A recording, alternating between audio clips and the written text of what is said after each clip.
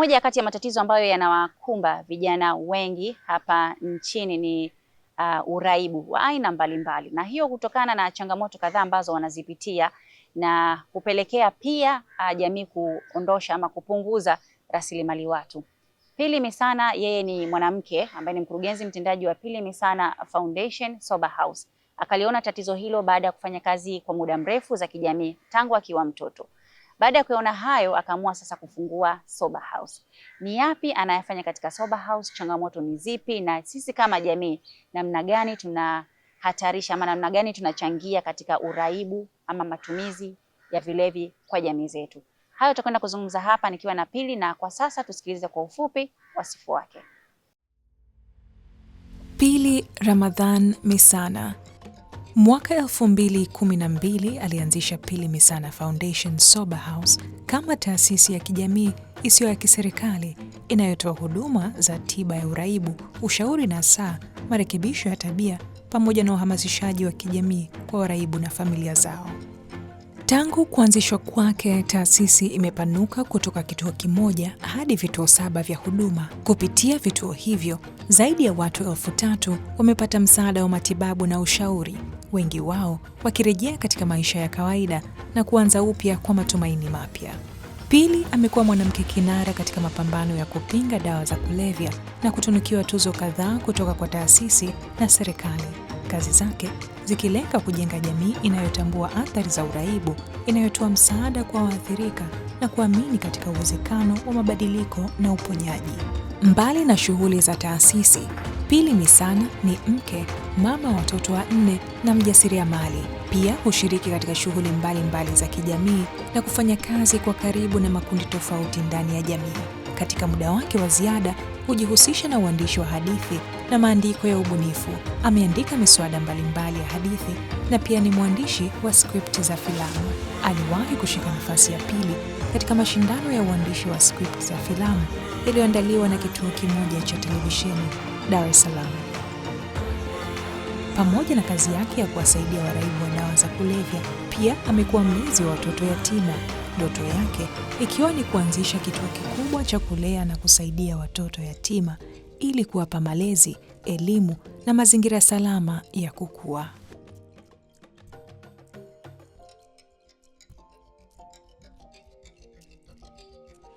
Naam, huyo ni Pili Misana ambaye tuko naye hii leo. Habari yako mkurugenzi? Salama za kwako? Karibu sana. Mzima. Hatimaye tumekutana. Kabisa. Hongera na pole kwa kazi. Asante sana. Kwa nini Pili Misana Foundation Sober House? Tayari mimi watu wanaoishi kwenye mazingira magumu walikuwa ni sehemu ya maisha yangu, ni sehemu ya jamii ambayo ninaishi nayo. Kwa hiyo hata nikutana na watoto wale wa mitaani, mimi nilikuwa siogopi kukaa nao, kubadilishana mawazo, kula nao, kwa sababu ni watu ambao nilikuwa nafanya nao kazi kwa kipindi kirefu. Moja ya ajenda zetu ilikuwa ni kumtetea mtoto wa kike. Kwa hiyo mimi nilikuwa mmoja wa hao watoto ambao walikuwa wakitetea. Kwa baada ya hapo nikajikita sana kwenye kazi za kijamii na baada ya kuanza maisha sasa kama mtu mzima, nikaja kukutana tena na watu ambao ni waraibu wa dawa za kulevya. Nilikuwa nikiishi Mwananyamala. Nafikiri unafahamu mazingira ya Mwananyamala, Kinondoni huko. Kwa miaka hiyo ilikuwa kila unapokatishwa utakutana na mraibu wa dawa za kulevya. Sasa mimi huruma ikaniingia kwamba nafanyaje hawa watu, inakuaje? Nisiishie kupiga nao tu story. Kwa hiyo sina cha kuwasaidia. Basi nikawa ninakaa nao, tunapiga story, tunaita maskani, tunakaa kijiweni, tunapiga story 2-3. Basi ikaenda baadaye nikajikuta naanza na mimi kuingia huruma sasa ya kuwasaidia. Na ukizingatia mimi nimetoka kwenye familia ambayo kulikuwa kuna waraibu, wa vilevi vingine kama pombe ni. Kwa nilikuwa ninajua madhara yanayotokana na ulevi, kwa sababu kuna watu walipoteza kazi, kuna watu walipoteza maisha kwa sababu ya uraibu. Kwa hiyo mimi nikajikuta kiukweli na mimi naingia kwenye huo uchungu. Kwa hiyo nikawa nawahoji, wengi wanaonyesha wanatamani kuacha. lakini vipi wanaacha sasa? Hapo ndo kwenye kasheshe, na mimi natamani kuwasaidia, lakini vipi nawasaidia? Sina. Kwa hiyo nikawa naendelea kuzungumza nao. Wakati huo ilikuwa imeanzishwa tiba ya methadone. Serikali ilikuwa imeanzisha tiba ya methadone. Kwa hiyo walikuwa watu wanapewa methadone. Lakini kwa Tanzania bara hakukuwa na sober house. Kaanzisha taasisi na baadaye nikapata baraka zote kutoka kwenye serikali na nikaamua kuiita Pili Misana Foundation. Niliamua kuita Pili Misana Foundation ili ibaki kama legacy. Kwamba siku moja na mimi jina langu pengine litakuja litajwe sehemu kama watu ambao walitoa mchango. Kwa hiyo lisipotee, jina langu na mimi lisipotee. Nikaanza sasa rasmi. Nakumbuka nilianza na watu 15. Wengi. Nikaanza na watu 15. Niliwatoa Kinondoni, Mwananyamala. Wale ambao nilikuwa nikipiga nao story, niliwachukua kama 5 hivi. Na wengine nikaongezea Kinondoni. Tulianzisha kama kijiji. Kipindi hicho tulikuwa tunasema back to life village. Niliiba idea ya Masudi wa Kipanya. Alikuwaga amefungua ilikuwaga ni Maisha Plus. Sasa mimi nikatengeneza mazingira kama yale. Tukakaa nao. Tumekaa nao kama wiki ya kwanza. Unajua ile ya rosto wanaugua, wanaumwa. Nikawa naogopa. Akaniambia hapana, usiogope. Hii ni hali tu za kawaida na zitapita. Basi ikapita wiki, watu wako vizuri. Wiki ya pili sasa, mmoja tu akawadanganya wenzie, wakatoroka watu kama 12 hivi. Walitoroka sababu kipindi hicho tumeanza kulikuwa hakuna fence hivi ya kuwadhibiti. Ilikuwa tu ni fence ya kawaida. Kwa hiyo wakatoroka kama watu 12. Nikasema Mungu wangu, sasa hii inakuaje watu 12? Basi tukaingia mtaani tukatafuta wengine. Kwa hiyo ikabidi tuzidishe. Tukachukua kama watu 20. Kwa hiyo tukijumlisha na wale wanakuwa 23. Ili hata wakitoroka basi tubaki na namba kubwa. Namshukuru Mwenyezi Mungu, mpaka tunamaliza miezi 6 walitutoroka kama 3, lakini tayari tulikuwa tumeongezea wengine kama 30. Wakawa wanaendelea vizuri, wanapendeza, wamepata afya. Nikasema Mungu wangu, kumbe inawezekana na kumbe mabadiliko yanawezekana. Basi nikaona hii siwezi kuiacha. Sasa hivi tuna miaka 14 kwenye hii kazi na tushasaidia watu zaidi ya 3,000 ambao wamepita kwenye taasisi yetu. Na mpaka sasa hivi tunaendesha nyumba 6. Kunaendesha zote ziko Kigamboni. Ziko Kigamboni 5, moja iko Mwanza. Kwa hiyo tunaendelea na huduma na tunamshukuru Mwenyezi Mungu. Siku hizi waraibu wa heroin na cocaine wamepungua kwa kiasi kikubwa sana. Hizi ni pongezi kwa serikali. Serikali imefanya kazi kubwa sana. Mama yetu, rais wetu Samia Suluhu Hassan, timu aliyoiteua haimwangushi. Yaani ile mamlaka aliyoipa meno pale haimwangushi. Wale watu wanafanya kazi sana. Sana. Yaani mamlaka ya kudhibiti kupambana na dawa za kulevya, yaani naweza nikasema ni moja ya taasisi za serikali ambazo zinafanya kazi yake kizalendo sana, kwa sababu yaani sisi ni mashuhuda. Dawa za kulevya zimepotea mtaani, lakini pamoja na hayo wale waraibu ulikokutana nao mtaani wengi wako kwenye matibabu. Wengi sana kwenye matibabu. Wako kwenye methadone wengi. Kliniki za methadone ni nyingi. Zimefunguliwa nyingi. Na sober houses ziko nyingi sasa hivi ndani ya nchi yetu. Mara mwisho nilisikia ziko kama 60 na kitu. Kwa hiyo ni nyingi. Haya ni mafanikio. Nchi yenye mafanikio inajali afya za wananchi wake. Kwa hiyo ni pongezi, lakini pia wanadhibiti uingizwaji wa dawa za kulevya ndani ya nchi yetu. Ukikutana na waraibu wanakwambia tunavuta machafuchafu. Yaani zile za mwisho. Yaani wanachanganywa tu makorokoro. Lakini kwa sababu tayari wao ni waraibu, tayari akili zao zinawaambia hiki na kivuta kitanilewesha. Unakuta analewa tu kwa sababu ya ile hisia, lakini si kwamba ni zile dawa haswa ambazo walikuwa wakizitumia zamani. Kwa hiyo ni pongezi kwa serikali kwa kweli. Hatua ni kubwa. Mimi na waendelee na mapambano, lakini yani matokeo ya kazi yao yanaonekana. Nini hasa wanakusimulia? Ama nini hasa uligundua baada ya kukaa nao? Chanzo cha kujikuta huko, aidha ni wale watoto ambao wa mtaani ama hawa ambao wanaingia sasa kwenye matumizi ya vilevi mbalimbali. Yani mi chanzo kikubwa kabisa ni tamaa na kuiga. Yani naweza kusema chanzo kwa sababu issue ya maisha magumu dunia nzima hakuna sehemu ambayo hakuna maisha magumu. Kila sehemu maisha magumu yapo, na unapojiingiza kwenye vilevi maana yake si maisha magumu. Maana yake unajizidishia yani unazidisha gharama za maisha. Kwa sababu dawa za kulevya zinauzwa na zinauzwa bei ya ghali, vilevi vinauzwa na vinauzwa bei ya ghali. Kwa hiyo kama una maisha magumu huwezi kujiingiza kwenye vilevi ili utatue changamoto ya maisha magumu. Kwa hiyo ni kuiga vitu, tamaa, kutaka maisha ya shortcut, kuigaiga mambo. Kutaka kujionyesha kwenye jamii kwamba wewe labda ni mjanja sana, ndiko kunawapelekea vijana wengi sana kuingia kwenye matumizi ya dawa za kulevya. Lakini pia kuenda kinyume na maadili yetu. Kwa sababu kila familia, mimi naamini kabisa wazazi wengi wanapigania maadili ya watoto wao. Ni mzazi, sidhani labda ni wachache ambao unakuta hawajali maadili ya watoto wao. Lakini wazazi wote, walimu, wote tunaimba mwimbo mmoja tu wa kufuata maadili. Lakini unakuta mtu baada ya kwenda shuleni, baada ya kwenda kwenye vyuo, anasahau lililompeleka kule. Anasahau lengo la yeye kuwa pale. Anaanza kukopi vitu ambavyo si vizuri kwenye maisha yake. Anaanza kutamani maisha ambayo si maisha yake, si maisha alokulia. Unakuta mtu kasoma dini, alikuwa anakwenda kwenye ibada, alikuwa anakwenda kanisani vizuri na familia. Akienda tu shuleni au akienda tu labda chuo, unakuta anasahau yale maadili ya nyumbani. Anaona kama kufanya ibada ni ushamba, anaona kujistiri, kuvaa kiheshima ni ushamba, anaona labda kwenda kanisani ni ushamba. Kwa anaanza kukopi tabia za kwenda madisco, anaanza kukopi tabia za kukaa vijiweni, anaanza kutega chuo, anaanza kujiingiza kwenye makundi akiamini kwamba ndo ataonekana mjanja. Tunasema peer pressure. Okay. Kwa hiyo pia imekuwa ni sababu ya vijana wengi sana kufuata mikumbo. Na mtazamaji wa Kidani, bado tunaendelea hapa na Pili Misana ambaye ni mkurugenzi mtendaji wa Pili Misana Foundation Sober House huku Kigamboni na maeneo mengine yote ya hapa Tanzania. Tukiendelea hapa na katika Kidani, nikusihi tafadhali usiondoke, na kwa sasa tunapata mapumziko mafupi.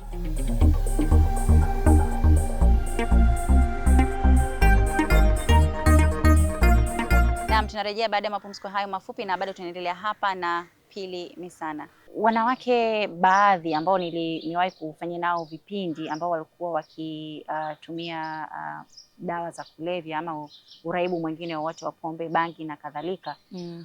Historia zao zote zinafanana. Wengi wanasema fundishwa na wenza wao. Unakuta mwenza anatumia lakini hamwambii ukweli. Kwa hiyo anakuwa anamwekea kidogo kwenye sigara ama kwenye bangi, kumbe anakuwa amemchanganyia. Wewe baada ya kuishi nao kwa muda mrefu, naamini unaishi na wanawake na wanaume, kuna ukweli kwenye hilo au na wenyewe wanakimbia ukweli ambao sisi tunazungumzia kwamba wanashindwa kuuface? Unajua sasa Mwenyezi Mungu amemuumba mwanamke kama msaidizi wa mwanaume. Kwa hiyo kama ukijitambua wewe ni msaidizi wa mwanaume, maana yake unatakiwa umsaidie yule mwanaume kutoka kwenye huo ulevi, sio na wewe kwenda kuungana naye kwenye huo ulevi. Sababu mimi naamini kabisa hakuna mtu atakushikia hiyo sigara au pombe afu akunyweshe, au atakushikia yani akushikie kisu vuta, hapana. Ni wewe mwenyewe kutokujiamini kwako, kutaka kujiaminisha, yani kutaka kujiaminisha kwa yule mwanaume kwamba unampenda sana. Kwa hiyo anachokifanya yeye na wewe utakifanya. Yani kuamini kwamba nikifanya anachokifanya yeye ndo atanipenda sana. Ndio yani naweza nikasema kwa kihelehele. Kweli. Kihelehele ndio kweli kabisa. Si ndio lugha rahisi ambayo mimi nikaifikisha. Kiherehere cha kutaka kumuonesha mwanaume unampenda sana, ndio utaiga vyote anavyofanya hata vibaya. Yani wewe mwanamke ni mama, una huruma, unaona kabisa wanajamii huku mtaani wanavyoteseka na dawa za kulevya na ulevi, alafu unakuta umepata mwanaume na yeye ni mapenzi ni upofu. Unaweza kupata mwanaume mraibu ukampenda, unaweza kupata mwanaume tu mapenzi ya chagui, sio? Sasa wewe ndio unapaswa kumsaidia yeye atoke kwenye huo uraibu, sio na wewe ujiunge na uwe sehemu ya uraibu. Hiyo yani tayari na wewe unakuwa una shida. Kwa hiyo mimi naweza nikakiswahili kirahisi kama nilivyosema, ni kihelehele tu ndio kinakupelekea na wewe. Mimi naongea na vijana wengi tu. Mimi na raibu wa kiume wengi kuliko wanawake. wengi hawajawavutisha wanawake zao madawa. Kwanza hataki, kwa sababu ameona ile shida aliyoipata yeye. Hataki kabisa mwanafamilia wake mwingine aingie huko. Anakuambia tena ni wakali hata kwa watoto wao, ni wakali sana hata kwa wake zao. Lakini sasa unakuta mwanamke mwenyewe anaamua bwana. Saa zingine wapo wachache wanaume wenye roho mbaya ambao anaweza kumuingiza mwanamke, labda kagundua mwanamke ana mali au mwanamke nyumbani kuna mali, au kwa hiyo anamuingiza ili apate channel ya kupata hela ya kuvutia. Kwa sababu si anajua mimi nikikuvutisha na wewe lakini sasa kwa nini wewe unakubali sasa? Yaani kwa nini wewe ndio hicho kielele tena? Kwa nini unakubali wakati unaona kabisa kwamba hili ni tatizo? Kwa hiyo mimi nawashauri ni kuacha tu kielele na kuacha kuigaiga kabla ya kutumia chochote. Yaani kama unajipenda hata umeenda sehemu kuna kinywaji watu wanashare pale, usishare. Yaani kama unajipenda, umeenda sehemu umekuta watu wanamimina kwenye glasi, kuna umeletewa vinywaji kwenye glasi, usinywe. Kwani lazima agiza maji au agiza kinywaji kingine kiletwe na wewe uko pale pale, ukifungue mwenyewe uanze kunywa. Usijiingize kwenye vitu kwamba nitaonekana mshamba. Watu sijui wanakunywa cocktail, wamechanganywa nini, na wewe unafika pale unaanza na wewe kuiga. Tumeona matumizi ya heroin na cocaine yamepungua kwa kiasi kikubwa sana. Hata mtaani hatuoni. Mimi binafsi siwaoni. Sasa waraibu wengi wanaingia kwenye pombe na bangi. Huko tunakopakomeshaje? Tuendelee kuwaonyesha watu madhara ya vilevi. Kwamba madhara ya hivi vilevi, kwamba unapokitumia hata pombe zilikuwepo enzi na enzi miaka hiyo, lakini sasa vijana wasitumie pombe kama tiba ya kuficha ukweli fulani. Si unanielewa? Yaani ili kupunguza uraibu na madhara ya hizo pombe, wasitumie pombe kama sehemu ya kutibu mawazo, kama sehemu ya kutibu ukweli fulani. Kwa sababu pombe zilikuwepo, mimi siwezi kuingilia, ni biashara za watu wanafanya na ziko kisheria. Pombe si unga wala si bangi, watu wanafanya ni kisheria, wanauza ipo kisheria. Lakini hawa wauzaji wa vilevi kama pombe waendelee kutoa elimu kwa vijana madhara ya hizo pombe pia wanazokunywa. Kwa hiyo wanakunywa, lakini angalau basi elimu itolewe ili wanywe kwa kiasi. Si rahisi kuendesha taasisi ambayo ina watu wazima wanajitambua, yani tayari wameshakuwa watu wazima. Sawa, walipitia hizo changamoto, lakini namna sasa ya kukusanya pamoja, wakaishi pamoja, wakafanya kazi zile ambazo natamani wafanye ili wabadilike, si rahisi. Kama mwanzo nilisema wengine walikimbia wakabaki wengine. Tupitisha kwenye hiyo changamoto ambayo unakutana nayo, na ni rahisi kiasi gani kuimanage kwa sababu tayari ushazoea hiyo kazi? Yaani ni ngumu kwa mtu mwingine. Hata yani ukimchukua mtu ukamweka tu hapo ndani ukamwambia kaa na waraibu wahudumie labda kwa siku moja mbili, hatoweza. Ni ngumu sana kwa watu wengine. Lakini kwa Pili Misana ni rahisi, kwa sababu nimekwambia mimi kwangu ni passion. Yaani nimeanza kufanya kazi ya kijamii toka nikiwa mdogo. Nimeanza kukaa na watu wenye mazingira magumu toka nikiwa mdogo. Kwa hiyo nimekuwa nao. Kwa hiyo ni sehemu ya maisha yangu. Kwa ugumu unakuja pale tu ninapomuona mtu anaumwa sana, huruma kibinadamu, huruma ya kimama inaniingia. Naona ugumu, labda mtu amelazwa au mwingine kapoteza maisha. Mimi kwangu hizo ni changamoto ambazo huwa zinaniumiza sana. Natamani kila anayeingia kwenye sober house atoke akiwa na afya, atoke akiwa kajitambua. Sitaki kusikia kabisa mtu amefariki kwa uraibu, najisikia uchungu sana. Wewe inakutokea? Ni mara chache, ni binadamu. Unakuta mtu kaja na maradhi, amechelewa kunywa dawa. Kwa hiyo unakuta mtu anajikuta labda kapelekwa hospitali kapoteza maisha. Inatokea, ni binadamu. Kwa hiyo mimi huwa inaniumiza sana. Lakini changamoto zingine ni za kawaida. Changamoto ambayo inaniumiza sana ni unyanyapaa wa wananchi, unyanyapaa wa wanajamii. Ndio ambayo hiyo ni changamoto huwa naizungumza kila mara. Hiyo ndio changamoto inayonitesa. Wakitoka nje jamii na kama inawatenga. Sipendi kuona wanajamii wakiwanyanyapaa waraibu. Sababu tunapozidi kuwanyanyapaa hatulitatui tatizo. hatushirikiani kutatua tatizo. Ni namna gani una vimanage, namna gani unahakikisha kwamba vyote vinaenda sawa? Hizo taratibu na sheria zinapatikana, watu wanapata dawa kwa wakati, kila kitu. Mwanzoni nilipata tabu, unajua kwamba utoke kituo hiki uende kituo hichi, uzunguke uende huku, usafiri. Lakini baadaye Mr. wangu, shemeji yako, alinionea huruma, akanitengenezea mfumo rafiki. Mfumo tunasema mfumo wa grupu la ripoti. Sisi huwa tuna grupu la ripoti.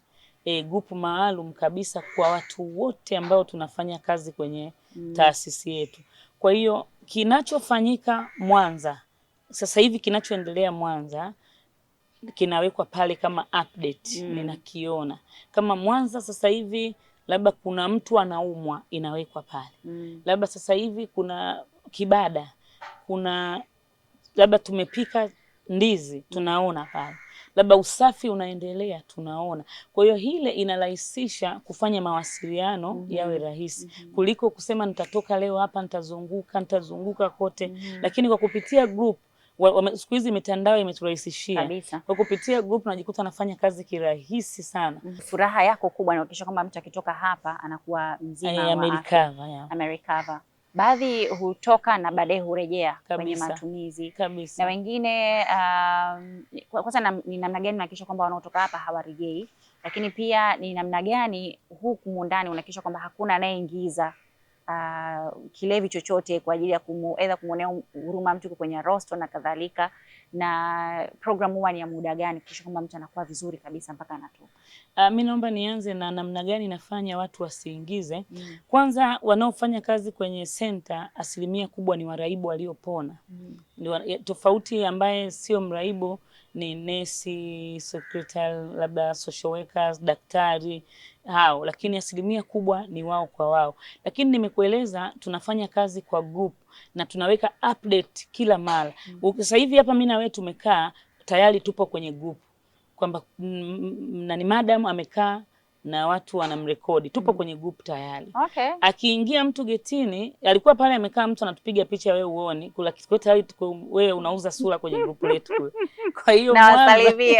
Kwa hiyo Mwanza wanajua kwamba madam amekaa pale na mtu fulani. Yaani tumetengeneza mazingira ya kila mtu kuwa mlinzi kwa mwenzi. Kwa hata ukienda washroom ukikawia kidogo watu wanakutaka vipi huku imekuwa. Lakini dawa za kulevya si siri. Ukivuta bangi hapo inasikika. Kwa hiyo haiwezekani uvute kwenye nyumba pale alafu watu wasisikie. Kwa hiyo hakuna siri. Hata kama ukitumia unga, ukivuta utaonekana. Kwa sababu siku zote bahari tunasema haitunzi uchafu. Kwa sisi Sober House ni bahari, hatutunzi uchafu. Kwa hiyo utaonekana. Yaani ukija na uchafu wako rahisi sana kuonekana. Lakini sisi tunamtaja Mwenyezi Mungu sana kwenye Sober House. Tunamuomba Mungu sana. Sisi ni sehemu ya matibabu. Ni kama umekwenda hospitali kutibiwa. Unapotoka kwenye matibabu, sisi tumemaliza kazi yetu. Sisi tumefanya upande wetu kwamba tumekusaidia kipindi chote upo kwetu hujatumia kilevi. Kwa hiyo tumekuonyesha kumbe inawezekana wewe kutotumia kilevi. Sasa wewe unapotoka pale inabidi uyachukue yale uliyofundishwa uondoke nayo. Lakini si wewe peke yako, hata wanafamilia. Tunafanya family therapy, tunazungumza na wanafamilia. Kuna wanafamilia pia wanatakiwa wakitoka pale waishi na wewe wakifahamu kwamba wewe unaendelea na matibabu. Yaani wao ni sehemu ya tiba yako. Familia ni sehemu ya tiba. Sober House tumefanya, tunaenda kuipa familia nayo iendelee na matibabu. Lakini sasa unakuta familia zingine ni masimango tu. Yaani wanazidi kukutreat wewe kama wewe ni yule yule. Ukifanya kitu kidogo atakuwa fulani. Kitu akionekana atakuwa fulani kaiba. Shaipata hiyo kesi mtu akaenda kwa karudi. Sana nyingi wanakuja yani wanaokutana na hizo changamoto wanafamilia ndio wanakuwa sababu. Kingine ahadi, unakuta watu wamemwahidi ukitoka tu soba tutakufanyia hiki, tutakufanya biashara, tutakupa hiki. Ukitoka nje unakaa mwezi wa kwanza umesubiri mwezi wa. Sasa yule ni mgonjwa, unakuta anajikuta sasa ule uvumilivu, labda kila siku anaomba anachoka kuomba masimango, kwa anajikuta ameingia kwenye msongo wa mawazo, unampelekea kurudi kwenye matatizo. Ingawa si support hilo, kwa sababu na wao wanafundishwa, ukikutana na changamoto wenyewe wanakataa. Ukikutana unakataa nini? Unakataa ukweli, unakataa ukweli. Ukikutana na changamoto hautakiwi kuitafutia suluhisho rahisi. Nikushukuru sana Pili kwa muda wako. Asante sana. Na mtazamaji wa Kidani, tunamaliza hivyo siku ya leo. Nikushukuru sana kwa kutenga muda wako kuniangalia hapa kupitia UTV. Mpaka wakati mwingine, unaweza kuendelea kutuma ujumbe mfupi wa maandishi. Kuna namba ambayo inapita hapo chini kwenye screen yako 0688475656. Kwa wewe ambaye una mtu, ndugu, jamaa, rafiki ambaye ana uraibu wa chochote, basi Pili Misana Foundation wako hapa kwa ajili ya kupokea watu hao na kuendelea kuwapa tiba na kuwajenga wawe tena watu wazuri katika jamii zetu. Lakini pia unaweza kunifuata katika mitandao ya kijamii, andika Sauda_Kidani Show ama UTV TZ ama Azam TV TZ. Mpaka wakati mwingine, kwaheri.